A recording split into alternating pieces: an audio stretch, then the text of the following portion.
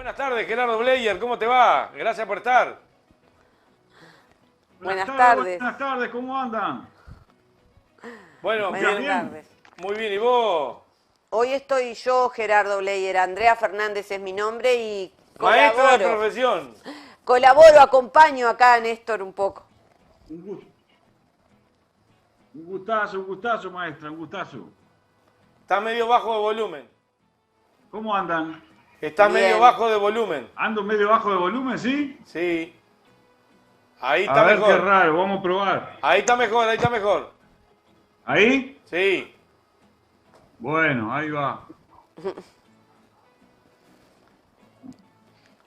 ¿Ahora me escuchan bien? Sí, Perfecto. bárbaro, bárbaro. Bueno, perfecto, perfecto. Este, Primero que nada, ¿en qué es esa, ¿sabés qué? qué es esa entrevista que tenías preparada, que me enviaste con el presidente de la ONU? ¿Salió o no salió? La entrevista con el presidente de las Naciones Unidas salió, sí, pero no la hice, no fue una entrevista audiovisual, sino una entrevista escrita. Ah, Entonces compartí un artículo en mi blog. Está bien, sabés que podemos empezar por ahí.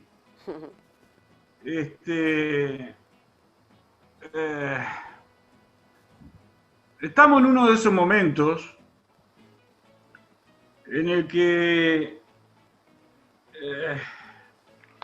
hay que ser serios, ¿sabes? Y para las élites económico-políticas está difícil actuar con esa seriedad. ¿Por qué? Y porque están muy tensionados por la realidad. Lo que pasa es que por esa misma razón, en cuanto que la realidad es tan compleja y desafiante, por los cambios que se vienen, las circunstancias radicales, de conflictos radicales, que es cuanto más serio hay que ser, más templado. Y fíjate si será complejo, que lo que necesitamos es una seriedad suprapartidaria. Es decir, una seriedad que contemple las necesidades de la comunidad, estratégicas de la comunidad. Hay que mirar muy lejos.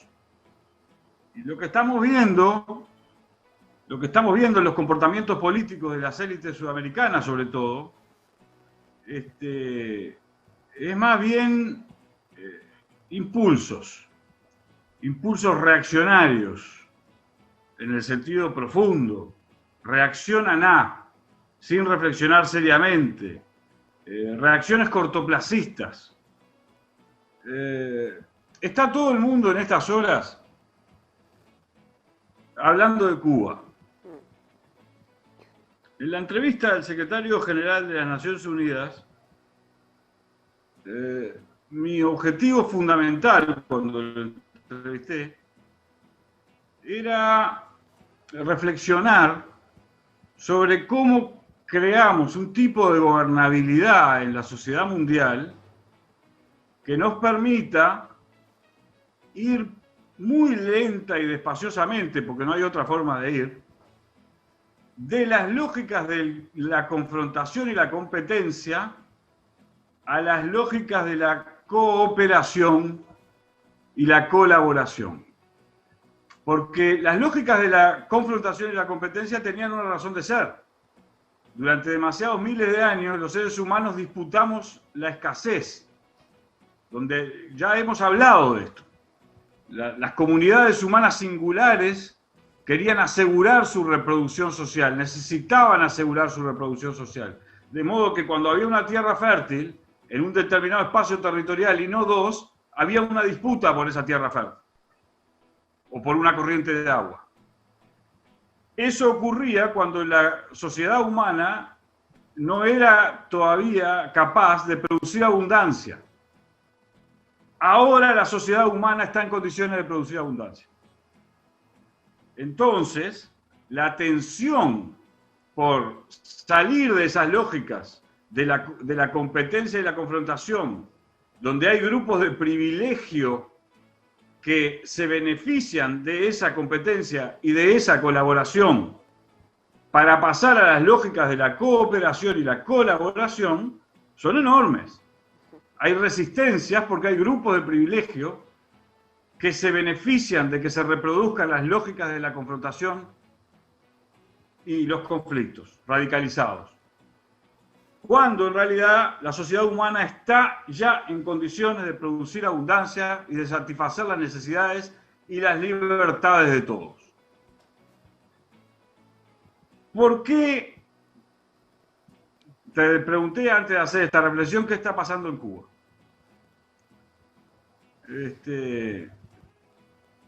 En Cuba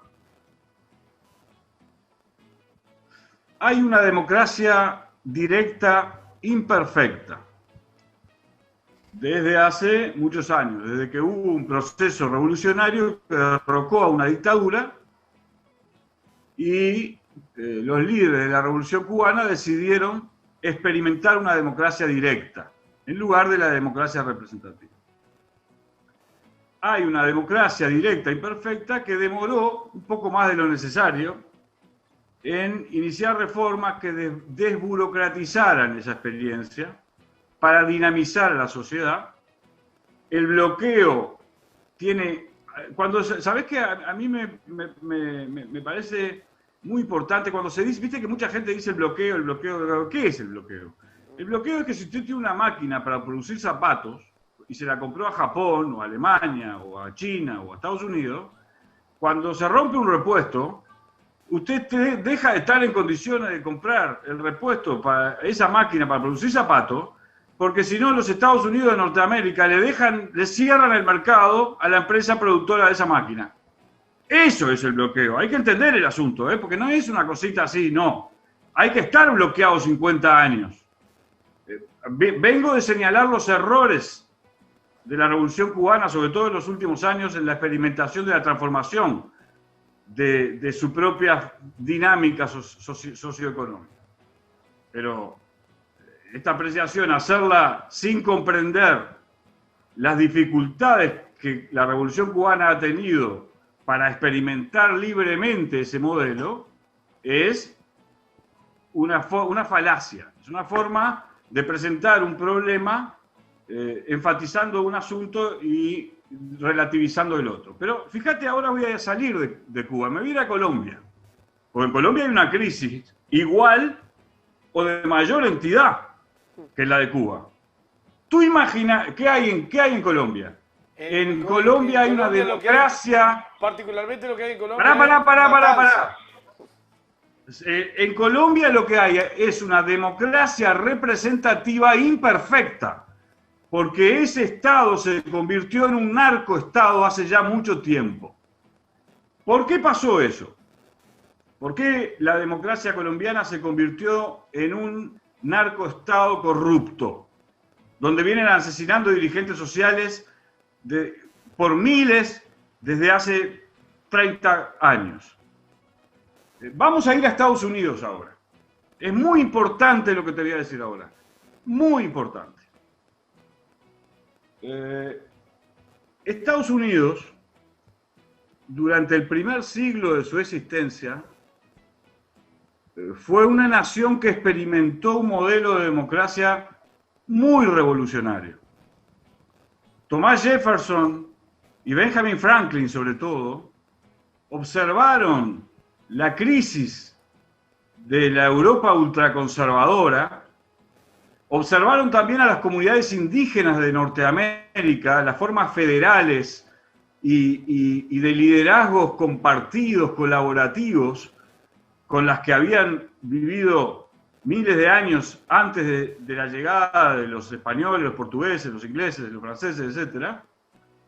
Y tomaron de esa experiencia formas que constituyeron a los Estados Unidos de Norteamérica. Aparece también lo que se llamó el macartismo, es decir, una lógica confrontativa con la experiencia que se vivenciaba en Rusia y en China y en otros países, predispuesta a aniquilar eso en lugar de competir con eso, competir por las mejores formas de desarrollo social. El macartismo le hizo un enorme daño a Estados Unidos. Hablemos ahora de la DEA, para volver a Colombia. Cuando Estados Unidos crea a la DEA, la crea como una institución orientada a combatir el narcotráfico. Porque el narcotráfico, en la forma del crimen organizado, se estaba convirtiendo en una potencia capaz de decidir la política de los estados, porque corrompía funcionarios policiales, militares y políticos, y judiciales, nada menos. En un momento, hace ya mucho tiempo, la DEA sufrió una transformación parecida a la de la CIA, cuando, después de muchos años de conversar con mafias, incorpora a sus prácticas lógicas mafiosas. ¿Cuál fue el rol de la DEA en los últimos 30 años? El rol de la DEA en los últimos 30 años fue asegurar la calidad de la cocaína que ingresa a Estados Unidos, porque no pudieron reducir la enorme cantidad de consumidores con mucho poder adquisitivo. Entonces, en lugar de combatir al narcotráfico, empezó a pactar con mafias del narcotráfico para asegurar la calidad de la cocaína que entraba a Estados Unidos. Y te voy a decir que en Uruguay hay algunos nabos que están jugueteando con este asunto. Uribe es un señor que desprecia a Estados Unidos y a las élites norteamericanas y cree que juega con ellas. En reuniones privadas dice, hablando con desprecio de esos señores inocentes que no entienden el mundo, cuando se refiere a las élites norteamericanas demócratas, a los del Partido Demócrata. Y parece que en Uruguay hay alguna gente que quiere seguir el camino de Uribe, de juguetear, a ver si jugamos un rol total, unos pesitos, ¿no? ¿Qué le va a importar a Estados Unidos que en lugar de ir a Panamá, los activos que se generan por el crimen organizado y el narcotráfico pase por Uruguay? Mucho cuidado, que es muy sencillo convertirse en un estado, en un narcoestado. Muy sencillo cuando se cometen errores en las políticas de seguridad estratégicas de una nación. Pero vuelvo. De modo que, si miramos América del Sur, ¿qué tenemos? Tenemos democracias representativas imperfectas, por un lado, la mayoría, la abrumadora mayoría, y tenemos a la experiencia de la Revolución Cubana, que es una democracia directa imperfecta. Ahora, imagínate tú a la democracia representativa imperfecta peruana si hubiese tenido un bloqueo de 50 años. Imagínate tú, ¿qué sería de ese país? El porcentaje de la pobreza y de la informalidad, en lugar de ser el 60%, sería el 90%, y son unas pocas élites, como las de la familia de Vargas Llosa, vivirían en la opulencia. Entonces hay que ser serios, muy serios en este momento de la política global y de la política sudamericana en particular, cuando tomamos decisiones y posiciones sobre cómo conducir a América del Sur hacia formas de desarrollo integrado. Cómo juntarnos todos los intereses económicos y las necesidades económicas auténticamente dotadas de un sentimiento de comunidad nacional, continental, para pensar el futuro de América del Sur, porque tenemos enormes potencialidades. No es generando la posibilidad de sucesivas guerras civiles aquí y allá, irresponsablemente, que vamos a resolver los problemas de América del Sur, porque son irresponsables. ¿Qué les pasa con Cuba? ¿Qué es lo que quisieron hacer con Cuba? Que ya subrayé y vuelvo a subrayar, porque los dogmáticos acríticos no me caen bien, porque los fenómenos hay que estudiarlos en toda su crudeza y complejidad. demoró en hacer reformas. Porque así como el estalinismo burocratizó la experiencia de la revolución bolchevique, esa forma burocrático-estatal nacional se expandió a muchas otras experiencias que quisieron imitar ese modelo. Y eso tiene consecuencias también. La demora en modificar esas formas burocráticas. Pero una cosa es una cosa y otra cosa es otra cosa. Una cosa es la crítica de una experimentación y otra cosa es hacer la vista ciega frente a una realidad objetiva. Entonces, hay que ser serios. Vamos ahora a nuestro tema. ¿Cuál es nuestro tema? Yo acepté gustoso tu invitación a participar de este espacio tratando de trabajar lo que hemos denominado el qué está pasando. Bueno, vayamos al qué está pasando. Porque al final de cuentas, si no nos quedamos en la anécdota. ¿Qué está pasando? ¿Por qué está pasando este tipo de tensiones, muchas de las cuales son artificiales, si tomamos en cuenta la enormidad de los cambios que se vienen? ¿Por qué están teniendo lugar estas tensiones?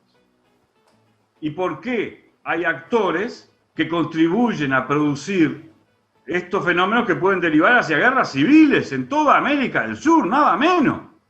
Irresponsables, brutos, canallas, que el pueblo tiene hambre, que hay desempleo, que estamos teniendo problemas de desarrollo y se ponen a jugar. ¿Qué es lo que está pasando? Lo que está pasando es que nos está resultando extremadamente difícil producir con dinamismo e inteligencia integrada la riqueza suficiente para asegurar niveles de desarrollo sustentable de toda América del Sur. Nos está pasando eso en algunos aspectos porque nos hemos quedado sin burguesías nacionales. La mayoría de los países de América del Sur se quedó sin burguesías nacionales. Tenemos burguesías de servicio, es decir, burguesías que operan en servicio de otros intereses diferentes a los intereses de la comunidad sudamericana. Y eso está teniendo un efecto terrible sobre la posibilidad de pensar América del Sur desde los intereses de América del Sur. No quiero hoy extenderme mucho más, aunque como comprenderás, hay mucho más para decir sobre esto. Tenemos tiempo, Que es la causa... Tenemos tiempo. Ya sé, pero estamos hablando de temas muy delicados en los que nos va la suerte y el destino a los sudamericanos. Entonces, no quiero dejar enunciados sin trabajarlos, más o menos en la profundidad de lo que permite el lenguaje audiovisual. Estábamos hablando de la causa socioeconómica de la crisis de América del Sur, que nos hemos creado sin productores que tengan un interés y una inserción profunda en la comunidad y que por lo tanto participen de la búsqueda de proyectos de desarrollo de América del Sur para competir, mientras sigamos compitiendo ya casi tontamente en el mundo, competir por colocar nuestros productos, valorizar nuestros productos, lograr inserción internacional para nuestros productos, etcétera, etcétera. Nos hemos quedado sin eso. Ya hablamos aquí de lo que pasó en Brasil. El debilitamiento de la burguesía nacional brasilera, ¿a qué dio lugar? A que tomara el poder la oligarquía feudal. Los arroceros, los cafeteros, los del cacao, los ganaderos, con extensiones de 70, 80 mil hectáreas, ¿no? En Brasil, ese sector de la sociedad tomó el poder y quiso hacer un país a su imagen y semejanza, con esclavos y siervos. Entonces le ganó la cueriada a la burguesía brasileña. Y está destruyendo Brasil, ¿no? Destruyendo Brasil. Entonces hay que tener cuidado y entender la profundidad. ¿Quiénes están detrás de qué? ¿Y por qué? ¿Y a qué temen? Y hay otro componente que tenemos que analizar en estos días. Y que también es grave, que es la crisis de la socialdemocracia. Este es un fenómeno que empezó en Europa y se trasladó a América del Sur. La crisis de la socialdemocracia tiene muchas causas, y yo ando además medio engripado, así que seguramente no estoy en el mejor... Estamos por Zoom, estamos protegidos. Sí, ya sé, pero yo sé, por eso estoy acá, pero no ando en los mejores días expositivos y este es un tema también delicado. ¿Qué le pasa a la socialdemocracia?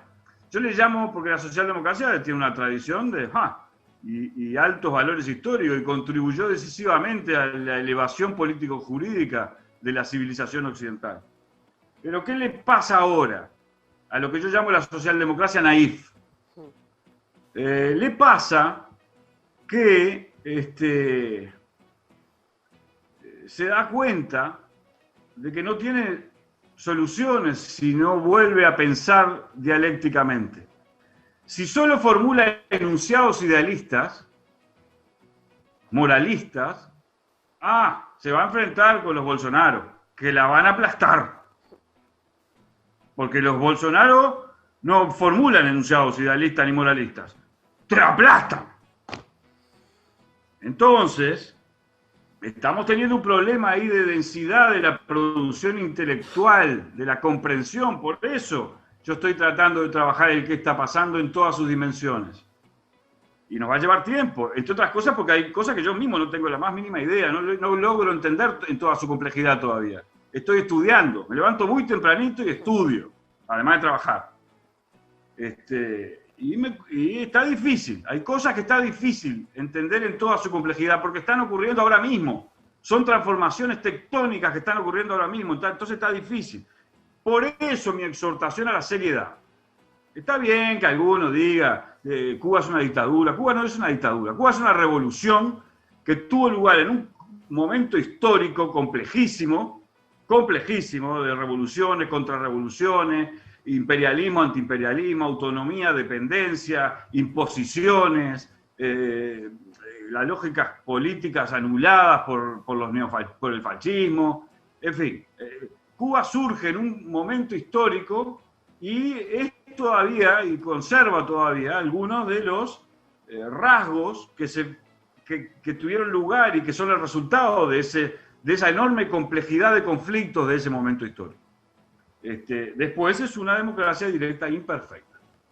Como son democracias representativas imperfectas el 80% de los países de Sudamérica.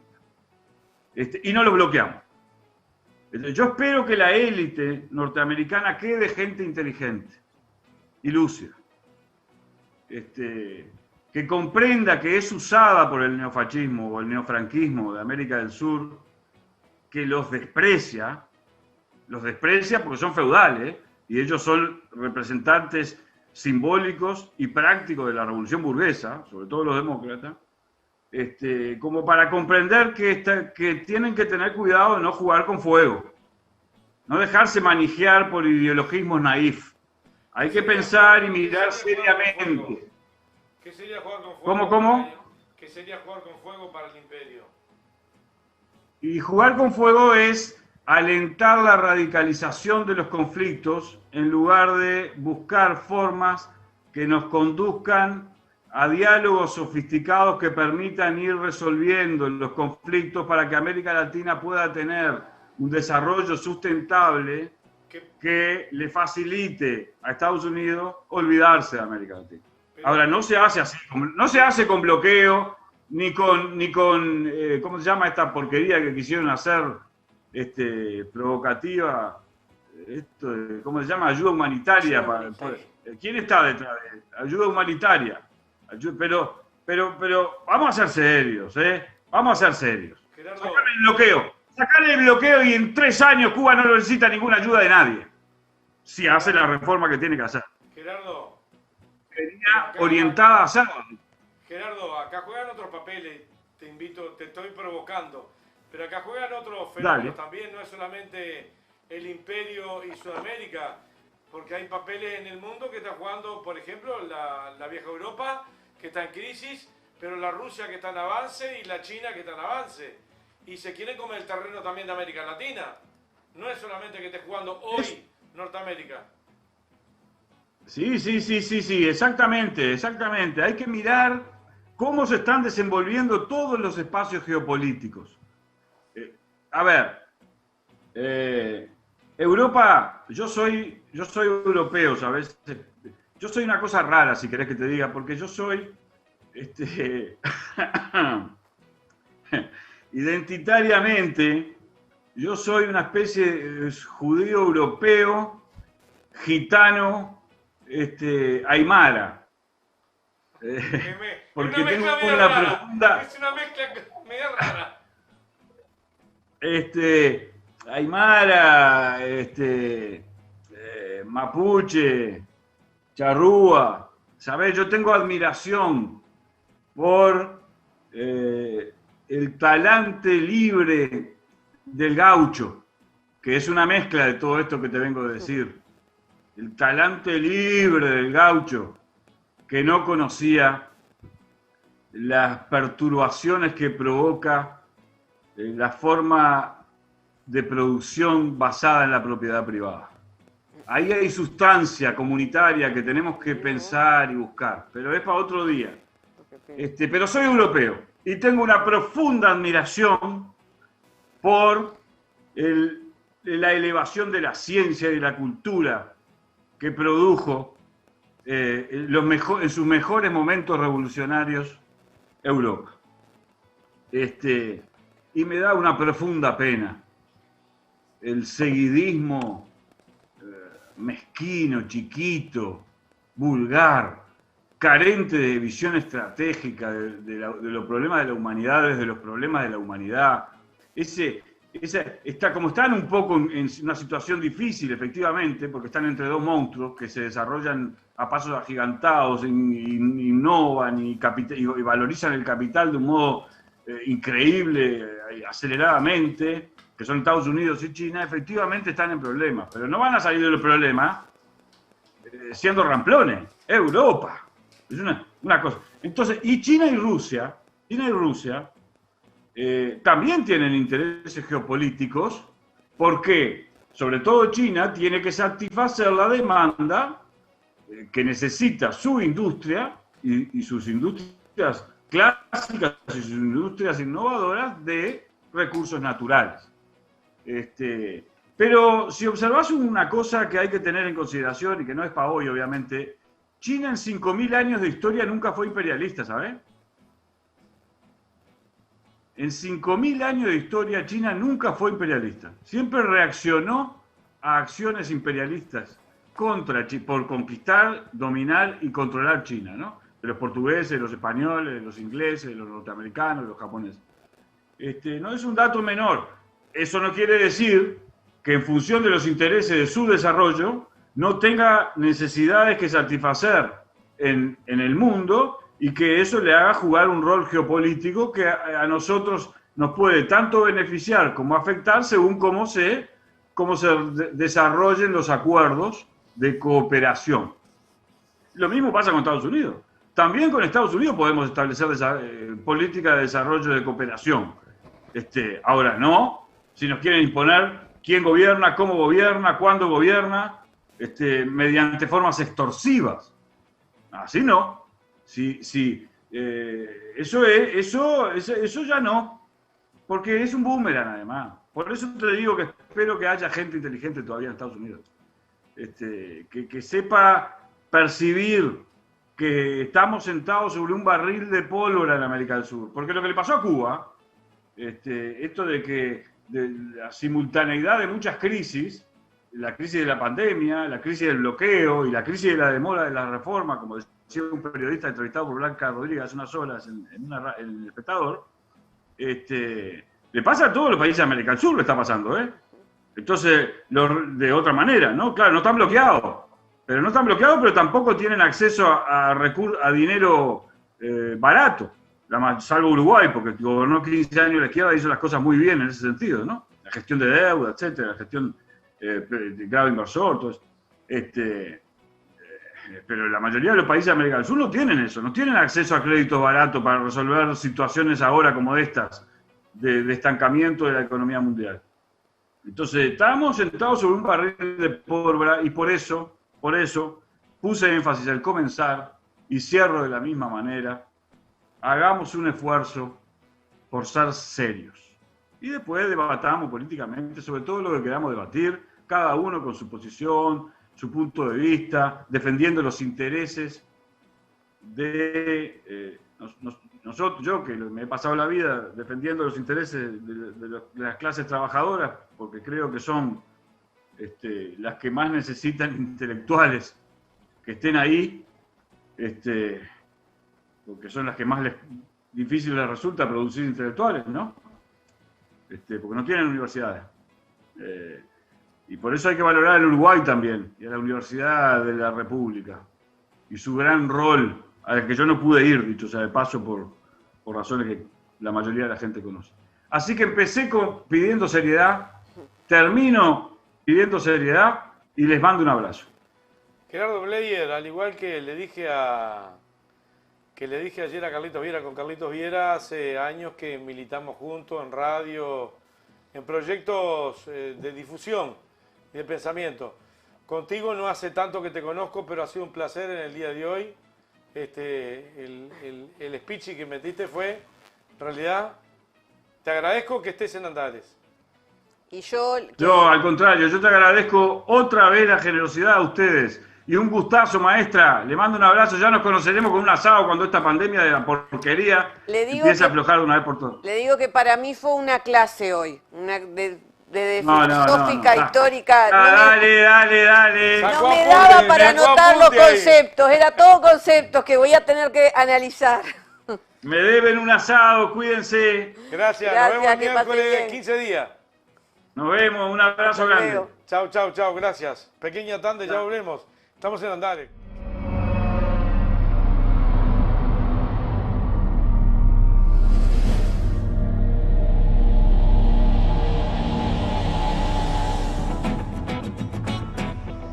No puede decir esto, Manini Río. ¿Dónde salió esto? Se le escapó a Sotelo. Se le escapó. Sotelo, democrático, Sotelo. Esto, pip, se va para Sin TV. Ponele que haga hashtag. Hashtag.